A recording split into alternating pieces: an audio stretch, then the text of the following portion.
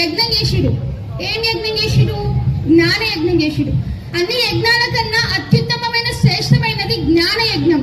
అన్ని విద్యల కన్నా అత్యుత్తమైన విద్య ఏదంటే బ్రహ్మ విద్య. ఈ యజ్ఞం చేస్తున్నప్పుడు ఇప్పుడు చూడండి, బాహ్య ప్రపంచంలో అంటే ప్రపంచంలో సమాజంలో యజ్ఞం చేస్తున్నప్పుడు, యజ్ఞం చేసిన తర్వాత పూర్ణాహుతి అయిపోయిన తర్వాత వర్షం కురుస్తుంది అంటారు. నానుడి కదా ప్రపంచంలో నానుడి. ఎక్కడెక్కడ యాగాలు అవుతాయో, ఎక్కడెక్కడ యజ్ఞాలు అవుతాయో అక్కడక్కడ యజ్ఞ సమాప్తి తర్వాత, పూర్ణాహుతి తర్వాత అక్కడ వర్షం కురుస్తుంది అని. అయితే మన ఆశ్రమ ప్రాంగణంలో యజ్ఞం జరిగింది కదా, మరి ఎవరెవరి పైన జ్ఞాన వర్షం కురిసింది?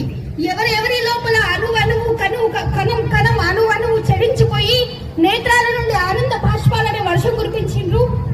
మీకే తెలవాలి.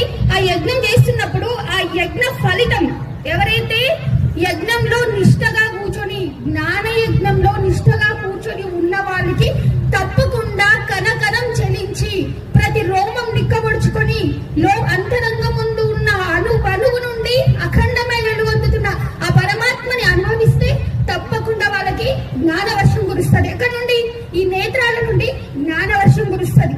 ఇలాంటి జ్ఞాన వర్షం నేత్రాల నుండి ఎవరు కురిసిందో వాళ్ళు ఆ జ్ఞాన వర్షం తోటి లోపల ఉన్నటువంటి ఆధ్యాత్మిక బీజాలు ఏముంటాయో, జ్ఞాన బీజాలు ఏముంటాయో, ఆ జ్ఞాన బీజాలు ఈ వర్షం తోటి మొలకెత్తి ఏమైతుంది?